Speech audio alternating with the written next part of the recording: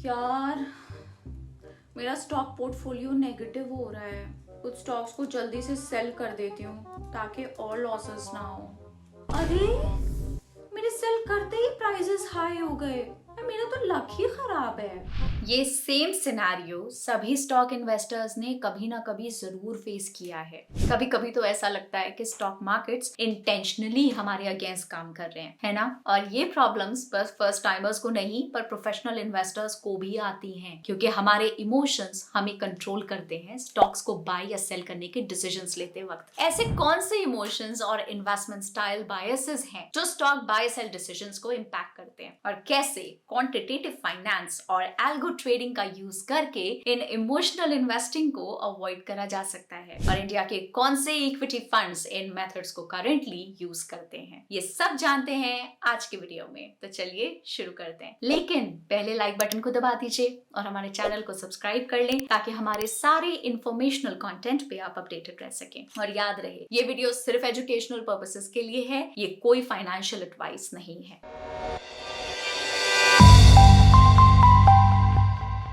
What are emotional and investment style biases and what is algo trading? अब सबसे पहले समझते हैं कि emotional biases and style biases क्या होते हैं। तो इमोशनल बायसेस का मतलब होता है कि स्टॉक बाइंग सेलिंग में ऐसे डिसीजंस लेना जो इमोशंस की वजह से होते हैं, बिना अच्छे से सोचे समझे। फॉर एग्जाम्पल, सोचिए एक इन्वेस्टर ने पिछले कुछ ट्रेड्स में प्रॉफिट अर्न किया। अब उसे लगता है कि वो हमेशा सही होगा। इस ओवर कॉन्फिडेंस के चलते वो एक हाई रिस्क स्टॉक में बिना रिसर्च के इन्वेस्ट करता है और इससे उसका रिस्क अननेसेसरीली इंक्रीज हो जाता है। इसे ओवर कॉन्फिडेंस बायस कहते हैं। इन्वेस्टमेंट बायसेस सिर्फ बिगिनर्स इन म्यूचुअल फंड्स ही नहीं पर प्रोफेशनल म्यूचुअल फंड मैनेजर्स भी फेस करते हैं। और जब इन्वेस्टर्स के पर्सनल प्रेफरेंसेस, बिलीव्स या हिस्टोरिकल एक्सपीरियंसेस की वजह से किसी पर्टिकुलर इन्वेस्टमेंट स्टाइल, स्ट्रैटेजी या एसेट क्लास में प्रेफरेंस या ओवर एक्सपोजर हो जाता है तो उसे इन्वेस्टमेंट स्टाइल बायस कहते हैं। और ये बायसेस तब होते हैं जब इन्वेस्टर्स या fund managers consistently he style of investing जैसे कि growth value, small cap, large cap या सेक्टर स्पेसिफिक स्ट्रैटेजीज को ज्यादा प्रेफरेंस दें बिना दूसरे ऑप्शंस को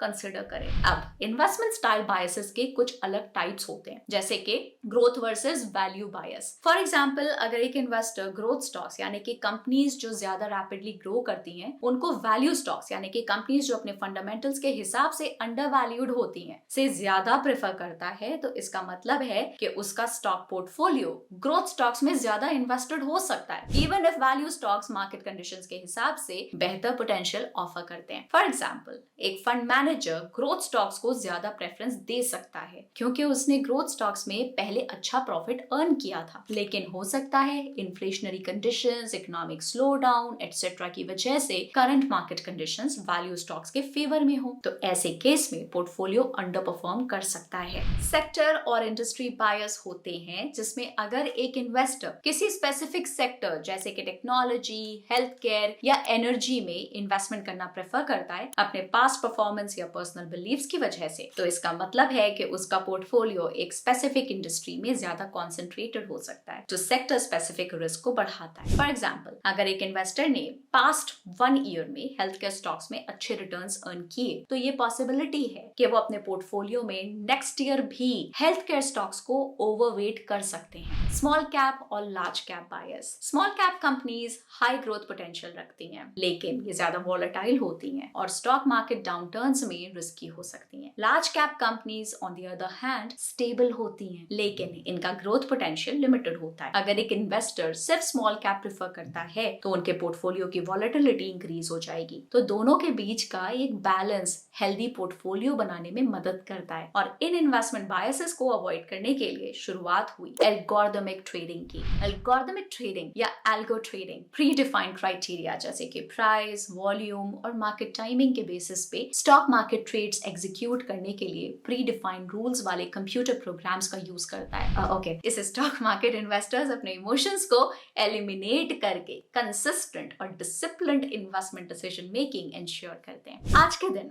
एल्गोरिथमिक ट्रेडिंग का स्टॉक मार्केट में यूज इतना ज्यादा बढ़ गया है कि सेबी की सितंबर की एक रिपोर्ट के मुताबिक इंडिया के फ्यूचर्स और ऑप्शन सेगमेंट में फॉरेन इन्वेस्टर्स और प्रोप्राइटरी ट्रेडर्स ने अपने 96 से 97% प्रॉफिट्स एल्गोरिथम्स का यूज करके अर्न किए हैं। एल्गो ट्रेडिंग के इनसाइट्स के लिए आप हमारे पॉडकास्ट मार्केट के बाद ग्रो के साथ को डेफिनेटली चेक कर सकते हैं। A shift towards algos. जब इन्वेस्टर्स ने ये रियलाइज किया कि एल्गोरिथमिक ट्रेडिंग का यूज करके वो अपने इन्वेस्टमेंट बायसेस को रिड्यूस करके अपने रिटर्न्स को बढ़ा सकते हैं, तो एल्गो ट्रेडिंग को बहुत वाइडली यूज किया गया और इंडियन स्टॉक मार्केट्स में आज 70% ट्रेडिंग में कंट्रीब्यूशन एल्गोरिथम्स का है। बहुत सारी एसेट मैनेजमेंट कंपनीज ने भी अपने क्वांट फंड्स लॉन्च करे जो एल्गोरिथम्स और टेक्नोलॉजी का यूज करते हैं अपने इन्वेस्टमेंट डिसीजंस के लिए। क्वांट फंड्स एक तरह के इक्विटी म्यूचुअल फंड्स होते हैं जो अपने स्टॉक सिलेक्शन और पोर्टफोलियो मैनेजमेंट के लिए मैथमेटिकल मॉडल्स, एल्गोरिथम्स और डेटा एनालिसिस का यूज करते हैं। इन फंड्स का काम लार्जली ह्यूमन इंटरवेंशन फ्री होता है क्योंकि investment decisions real time data और प्री डिफाइंड रूल्स के बेसिस पर लिए जाते हैं। इसलिए क्वांट फंड्स का सबसे बड़ा एडवांटेज है कि ये इन्वेस्टमेंट बायस को मिनिमाइज करता है। ट्रेडिशनल इक्विटी फंड्स में फंड मैनेजर्स के पर्सनल प्रेफरेंसेस और इमोशंस इन्वेस्टमेंट डिसीजंस को काफी इन्फ्लुएंस करते हैं, जैसे किसी पर्टिकुलर सेक्टर या स्टॉक के लिए ज्यादा लाइकिंग या रीसेंट लॉसेस की वजह से किसी सेक्टर को अवॉइड करना। पर क्वांट फंड्स इन सब इन्वेस्टमेंट बायसेस से अफेक्ट नहीं होते और एल्गोरिथम डेटा को रियल टाइम प्रोसेस करके स्टॉक मार्केट ट्रेड्स को एग्जीक्यूट करते हैं। मैनुअल एनालिसिस और इन्वेस्टमेंट डिसीजन मेकिंग के कंपैरिजन में क्वांट फंड्स ज्यादा फास्ट और एफिशिएंट होते हैं जो क्विकली मार्केट अपॉर्चुनिटीज का फायदा उठाते हैं। इसके साथ आजकल की लेटेस्ट टेक्नोलॉजीज जैसे कि मशीन लर्निंग और एआई का यूज करके ये एल्गोरिथम्स कंटिन्यूअसली न्यू डेटा को मॉनिटर करके अपनी इन्वेस्टमेंट स्ट्रेटजी को चेंजिंग मार्केट डायनामिक्स के हिसाब से एडजस्ट करते हैं जो स्टॉक मार्केट शॉक्स को हैंडल करने में मदद करता है। तो चलिए अब टॉप परफॉर्मिंग क्वांट फंड्स को देखते हैं based on their 5-year returns as on 23rd of December 2024। AMFI के अकॉर्डिंग 2 क्वांट म्यूचुअल फंड्स हैं जिसने लास्ट 5 years में अच्छी परफॉर्मेंस दी है। एक है DSP क्वांट फंड और Nippon India quant fund. Nippon India quant fund direct plan growth. Nippon India quant fund का model valuation, earnings, price, momentum, quality के बेसिस पे BSE 200 से 30 से 35 स्टॉक सिलेक्ट करता है। ये एक एक्टिवली मैनेज फंड है जो क्वार्टरली बेसिस पे रीबैलेंस होता है और ये फंड अपने इन हाउस प्रोप्राइटरी सिस्टम को यूज करता है प्रॉपर बैक टेस्टिंग करने के बाद। मतलब ये सिस्टम हिस्टोरिकल डेटा पे टेस्ट करा जाता है इसकी परफॉर्मेंस चेक करने के लिए। इस फंड की परफॉर्मेंस इन्वेस्टमेंट स्टाइल बायस जैसे कि ग्रोथ वर्सेस वैल्यू बायस से अफेक्ट नहीं होती क्योंकि इस फंड का एल्गोरिथम फंडामेंटल और टेक्निकल दोनों पैरामीटर्स का यूज करता है स्टॉक्स पिक करने के लिए। और क्योंकि BSE 200 में अलग अलग इंडस्ट्री सेक्टर्स के स्टॉक्स होते हैं तो ये फंड इंडस्ट्री और सेक्टर बायस से भी अफेक्ट नहीं होता। और इस फंड का 5-year CAGR 22.07% है, मतलब इसने अपने बेंचमार्क से अच्छे रिटर्न्स दिए हैं। इवन दो इस फंड के investment decisions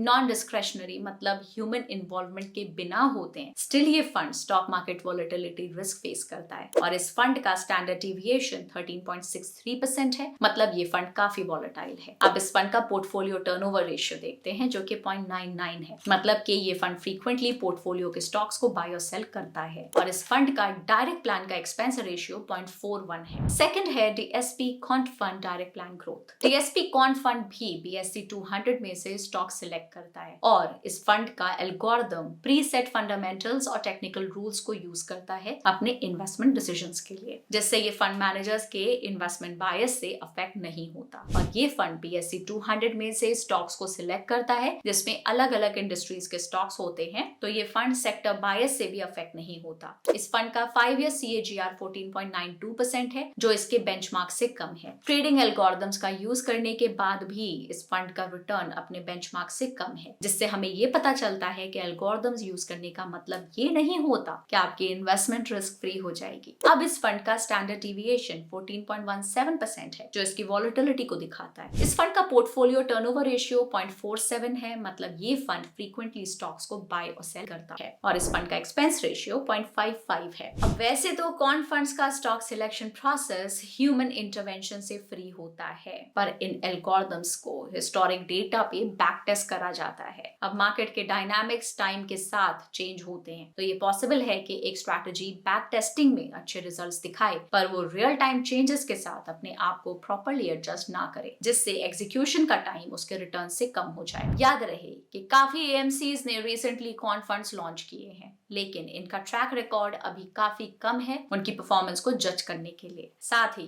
quant mutual fund house अपने सारे म्यूचुअल फंड स्कीम्स के लिए क्वांटिटेटिव इन्वेस्टिंग स्टाइल फॉलो करते हैं और कुछ इक्विटी फंड स्कीम्स ने शॉर्ट और लॉन्ग टर्म में आउट परफॉर्म किया है। एल्गो ट्रेडिंग और क्वांटिटेटिव फाइनेंस इन्वेस्टमेंट बायसेस को एलिमिनेट करता है, पर ये स्टिल काफी रिस्की होता है और quant funds high risk taking investors के लिए सूटेबल हो सकते हैं। तो क्वांट फंड्स में इन्वेस्ट करने से पहले उनकी इन्वेस्टमेंट स्ट्रैटेजी और रिस्क को अच्छे से समझें और हाँ, इसमें यूज होने वाली टेक्नोलॉजी को अच्छे से समझें। और अगर आपको ये वीडियो पसंद आई हो तो इसको लाइक जरूर करें, हमारे चैनल को सब्सक्राइब करें और अपने फ्रेंड्स के साथ शेयर करें ताकि सब लोग ट्रेडिंग वर्ल्ड की लेटेस्ट डेवलपमेंट से इन्फॉर्म्ड रहें। थैंक्स फॉर वॉचिंग और मिलते हैं अगले वीडियो में। Take care, bye bye.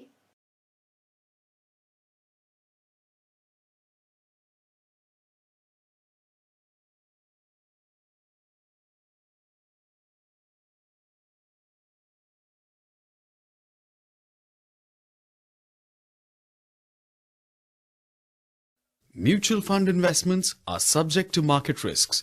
Read all scheme-related documents carefully.